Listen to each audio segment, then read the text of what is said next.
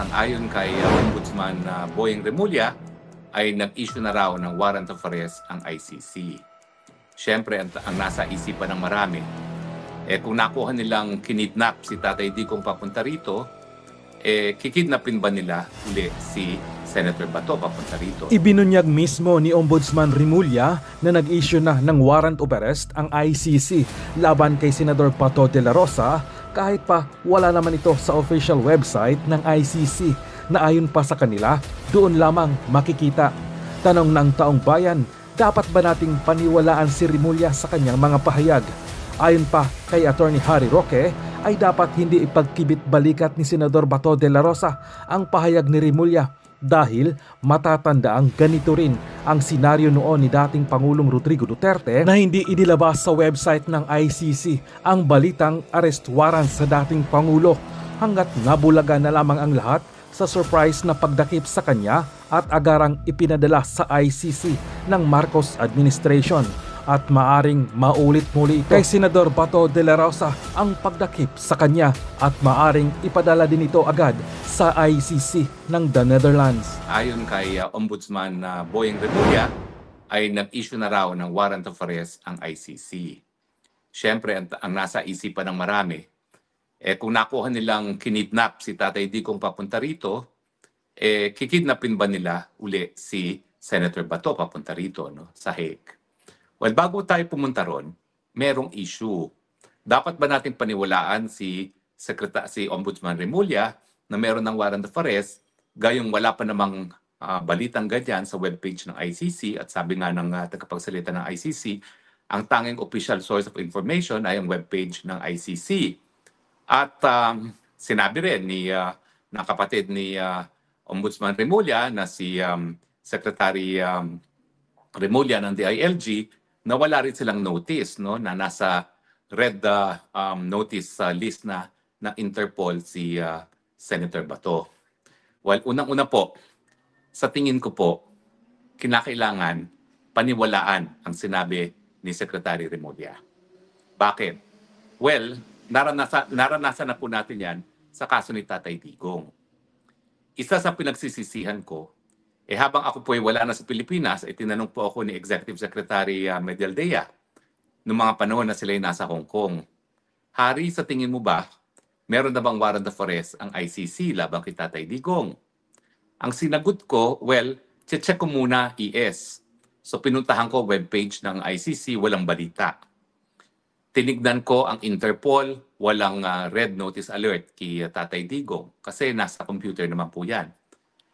Tinawagan ko pa ang mga estudyante ko na nasa DFA para ipatanong kung merong notice na nakuha ang embahada sa Netherlands sa warrant of arrest na in-issue o kung merong ang na-issue warrant of arrest kay Tatay Digong. Ang sagot, wala. So matapos ko ma-check sa webpage ng ICC, sa webpage ng Interpol, at doon sa mga taga-Philippine Embassy na wala pang warrant of arrest sa kanilang pagkakaalam, ang sabi ko kay ES, sa tingin ko, wala pa kasi ito yung mga tinawagan ko, chinek ko, at wala naman kahit sino sa mga tinawagan ko para magsinungaling sa akin. Pero anong katotohanan? Meron na pala talagang warrant of arrest. At ang patakaran ng ICC, bagamat ang ICC webpage ang tanging source of information na opisyal sa mga pangyayari sa ICC, pag nagkaroon ng issuance of warrant of arrest, initially, sinisekreto yan. Ito nga ay para hindi makatakas ang isang akusado at mahuli ka agad. At kaya ako po pinagsisisihan na sinabi ko na parang wala pang warrant of arrest, yun nga po. Dahil nagkaroon ng conclusion dun sa pagpupulong sa Hong Kong na wala pang warrant of arrest, si Tatay Digong nagaling sa ICC, baka luka na warrant of arrest pa lang, po pwedeng harapin ni Tatay Digong yan sa Pilipinas. Pero kung siguro ang sinabi ko is yung patakaran ng ICC na talagang sinisekreto muna ang issuance of warrant of arrest para mahuli yung akusado, baka mamaya napigilan ng pag-uwi ni Tatay Digong, no? Dahil alam natin na kapag talagang may warrant of arrest, talaga namang ang mga Marcos administration ay makipagtulungan para isurrender siya. At in fairness to Secretary Remulla, Ombudsman Remulla, kung si Marcos Jr. ay bale-balentong na nagsasabing hindi makipagtulungan sa ICC pero nakipagtulungan, itong si Secretary Remulla consistent makikipagtulungan. Kasi kapag sinabi ng Interpol daw ay kinakailangan magtulungan, makikipagtulungan. Pero ang katotohanan nga, wala pang red notice alert kay Tatay Digong ang Interpol at ang nangyari lamang ay nagkaroon ng request ang Pilipinas mismo sa buong daigdig na ng tulong para nga mahuli si Tatay Digong na noong mga panahon na yon ay nasa Hong Kong. So sa tingin ko po, dapat paniwalaan na may warrant of arrest na si Senator Bato. Pangalawang tanong, makikidnap pa muli nila si Senator Bato gaya ng nakidnap nila si Tatay Digong. Bakit uli kidnapping ang tawag natin dyan? Kasi meron pong proseso na nakasaad sa Article 59 ng Rome Statute na kinakailangan bago mapadala sa dahig, idaan muna sa lokal na hukuman para sa dalawang bagay. Unang-una, para mag-garansya ang karapatang pantao ng nasasakdal bago ipadala sa dahig. Pangalawa, para masiguro nga na dapat siyang i-extradite sa ICC dahil ang ICC ay merong jurisdiction. Dahil hindi po nagawa yan, ang sinasabi natin, kidnapping. Kasi hindi nasunod mismo yung sinasabi o nakasaad sa Rome Statute. At bukod pa dyan, nung panahon na siya'y inaresto dyan sa Villamor, na hindi siya pinakitaan ng warrant of arrest. Now, ang tanong, pwede bang maulit muli yan? Well, ang sagot, pwede. Kasi nakita natin na sa larangan ng politika, habang nandiyan ang Marcos Jr., kahit tama o mali, gagawin at gagawin nila. At tignan mo naman ang nangyari kay Tatay Digong. Bagamat ako, sa tingin ko, nung mga panahon na yun na imposibleng maisakay si Tatay Digong sa eroplano papunta ng ICC kasi nga ihaharap muna siya sa lokal na hukuman. At kung babasahin niyo yung aking mga posts at saka mga spokes hours ko ng mga panahon na yon, talagang kampante ako na maski totoo yung paghuhuli ng warrant of arrest ng ICC, kinakailangan iharap muna siya sa RTC. Hindi ko akalaing napakakapal at napaka-brazen ang pagbaliwala ng batas ng Marcos administration. So ang sagot po, pwede. Pero kasing dali ba nilang makidnap si Bato de la Rosa ngayon gaya ng ginawa nila kay Tatay Digong? Sa tingin ko, hindi na. Kasi nga, nung panahon ni Tatay Digong, una-una, hindi inasahan na meron talagang warrant of arrest ang ICC. Pangalawa, hindi inasahan na maski meron ng warrant of arrest, hindi ihaharap sa lokal na hukuman. In other words, hindi inaasahan na kidnapin si Tatay Digong. Binigyan pa rin natin ng benefit of the doubt ang Marcos administration na susunod sila sa Rome Statute at sa Batas Pilipinas. Pero bakit ngayon sinasabi kong mas mahihirapan siya? Well, una-una po, naglabas po ng bagong rules on extradition ang Korte Suprema na naglilinaw na walang warrant of arrest na galing sa isang dayuhang hukuman na po pwedeng ma-execute na hindi dumadaan sa lokal na hukuman. Now, dun sa isa kong broadcast, ang sinasabi ko, itong bagong rules on extradition, bagamat ang tawag ay bago, ito ay inuulit lamang ang probisyon ng isang batas, Presidential Decree number 1169, kung saan nagbibigay ng proseso kung paano nga ipapatupad ang request for extradition ng isang Pilipino pursuant sa request ng isang dayuhang bansa. Nakasaad sa request na yon, nakasaad ngayon sa rules na nakasaad din doon sa batas na binaliwala nga ni Marcos Jr. pagdating sa kaso ni PRRD na tanging Pilipinong hukuman lamang ang pwedeng magbigay bisa sa isang warrant of arrest na in-issue ng isang dayuhang hukuman. At sa proseso, pinalakas pa ng Korte Suprema ang karapatan ng nasasakdal dahil unang-una, entitled siya magkaroon ng bail habang dinidinig ang extradition case. Sa case law po ng natin, yung mga extradition gaya kay Mark Jimenez, hindi po binibigyan niya ng kadayaan na mag-bail. Pangalawa, hindi po pwede ma-extradite hanggang hindi pinalang desisyon ng hukuman. Ibig sabihin, hindi lang RTC. Kinakailangan maging pinalang desisyon, ibig sabihin matapos ang apila sa Court of Appeals at sa Supreme Court. Yung proseso po ng extradition bago itong bagong rules, pag nag-rule na ang RTC, dire-diretso ka na sa airport. Hindi na kinakailangan daling pa o dinggin pa ang bagay nito for appeal sa CA at saka sa Supreme Court. So, hindi po ibig sabihin na palibasa may batas na nagsasabi kung anong proseso na nabaliwala yung bagong rules. Kasi, number one, ito ay malinaw na pagpapaalala sa lahat, sa mga abogado, sa mga hukom, sa ehekutibo, sa Kongreso na hindi po pwedeng bigyan ng bisa ang warrant of arrest ng isang dayuhang hukuman na hindi pinatutupad ng isang korting Pilipino. Alam nyo, one of the functions of the court is also to educate. So sa tingin ko, kaya siya nag-issue ng ganitong rules, maski meron namang batas, which says substantially the same thing, is dahil nga, this is pursuant sa function ng Korte Suprema to educate the public, the bar, officials of the Republic of the Philippines. At syempre nga, yung gaya na sinabi ko, pinalakas pa at binigyan pa ng karapatan ang mga nais ma-extradite dahil nga binigyan siya ng unang-una guarantee na talaga hindi po pwedeng ma-extradite kung walang order sa lokal na hukuman. Dapat may bail, pwedeng mag-bail habang dinidinig ang kaso at saka kinakailangan matapos muna maging pinal ang desisyon, ibig sabihin, tapos na ang apela hanggang Korte Suprema. So mas mahirap ngayon kung gagalaw ang administrasyon para kidnapin si Senator De La Rosa at ipadala sa dahig. Kasi nga po, ginawa na itong new rules para ma-educate ang gobyerno kung anong tamang proseso kung susunod sila sa mandamiento de aresto na inisyu na isang dayuhang hukuman. Tanong, applicable ba itong bagong rules na ito sa ICC? Hindi naman estadong ICC. Sagot, opo. Bakit? Kasi sa ngayon po, wala naman pong ibang hukuman na tayo pumapayag na sila ang maglitis ng kaso bukod sa ating lokal na mga hukuman. Tanging ICC lang po tayong pumayag. Ang tawag po dyan, the principle of auto-limitation. Na kapag tayo pumayag na isurrender ang soberenya, kasalanan natin yan kung dayuhan ang maghuhusga. Pero natapos na po yung panahon na yon. Natapos na po yung pagpayag natin na litisin ng ICC mga kaso na nangyari sa Pilipinas noong isang taon matapos nating i-deposito ang instrument of ratification natin. Kaya nga po sinasabi ko na mali yung desisyon ng pre-trial chamber na sinasabi na may jurisdiction na ang hukuman dahil nga daw sakop doon sa isang taon yung tinatawag na preliminary examination na internal na procedure na hindi naman na-involve ang hukuman at yan ay doon lang sa opisina ng prosecution.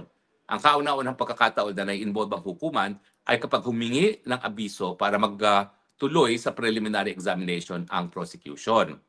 Paano yung issue na hindi naman siya estado? Well, sa tingin ko po, hindi na binanggit ng Korte Suprema ang ICC kasi hindi na nga tayo miyembro. So parang hindi na siya magmamatter.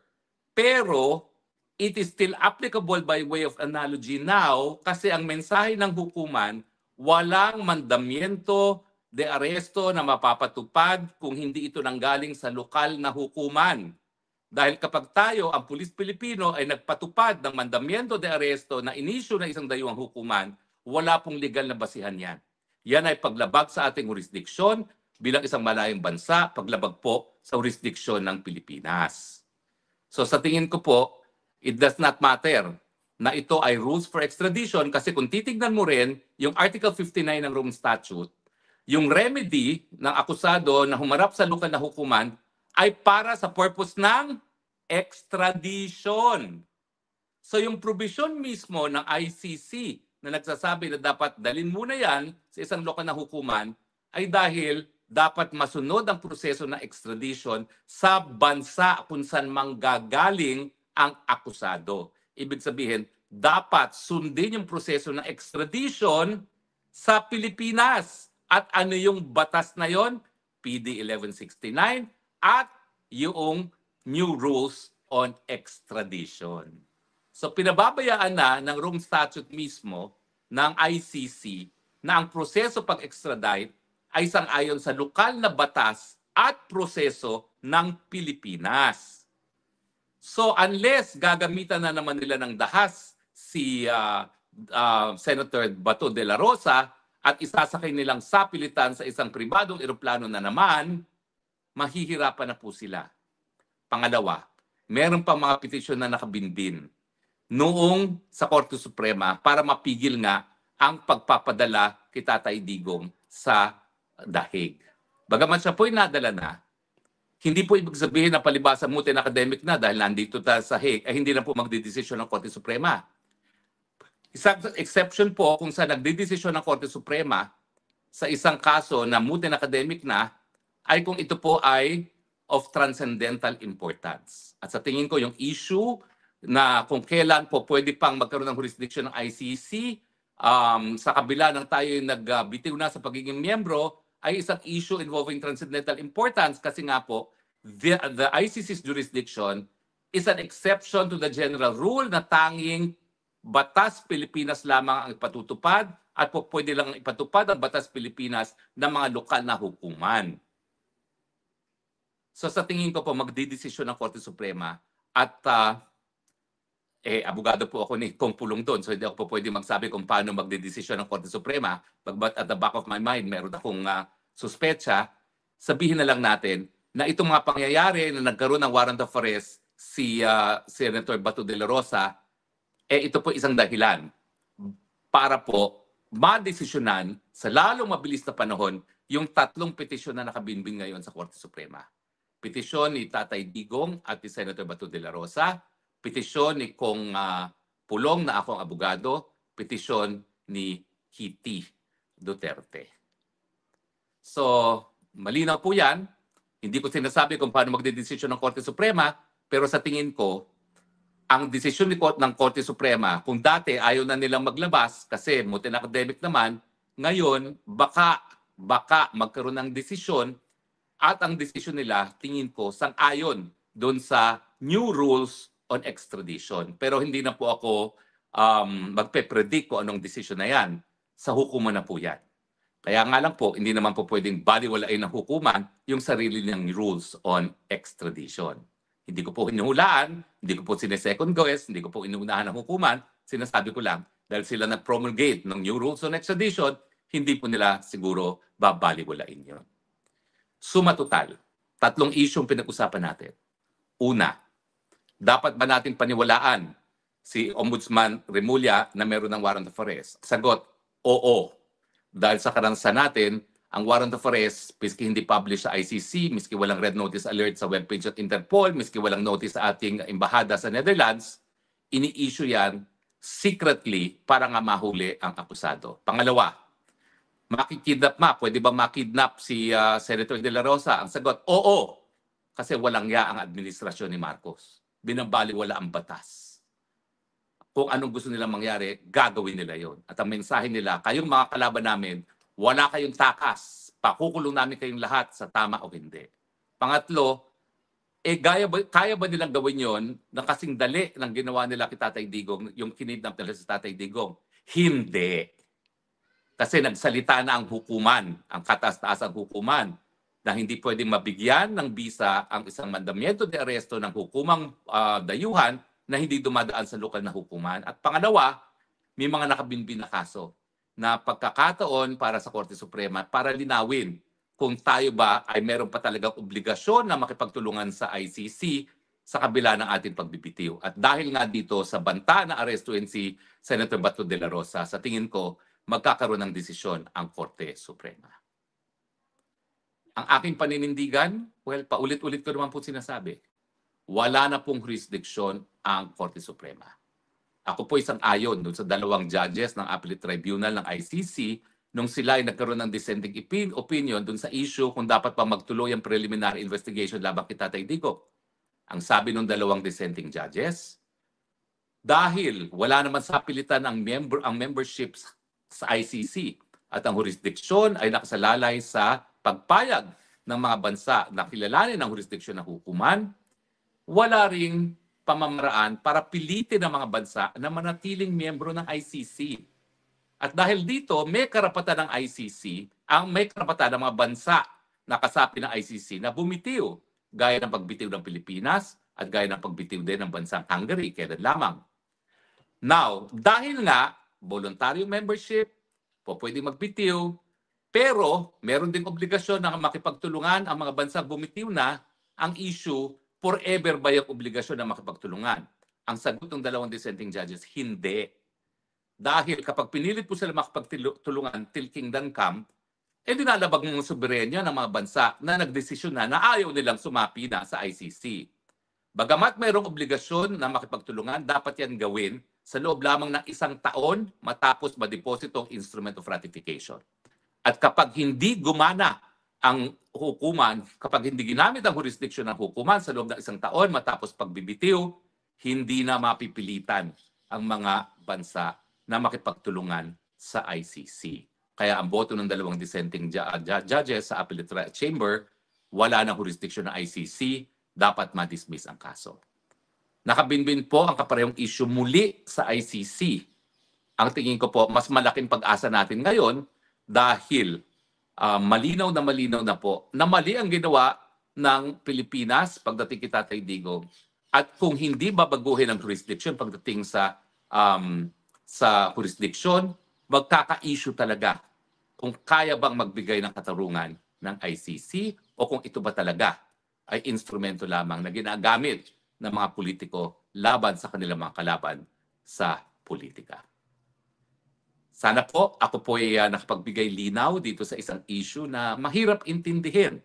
Pero yan ang pong dahilan kung bakit mayroon tayong spokes hour. Maraming salamat po sa inyong patuloy na pagtangkilik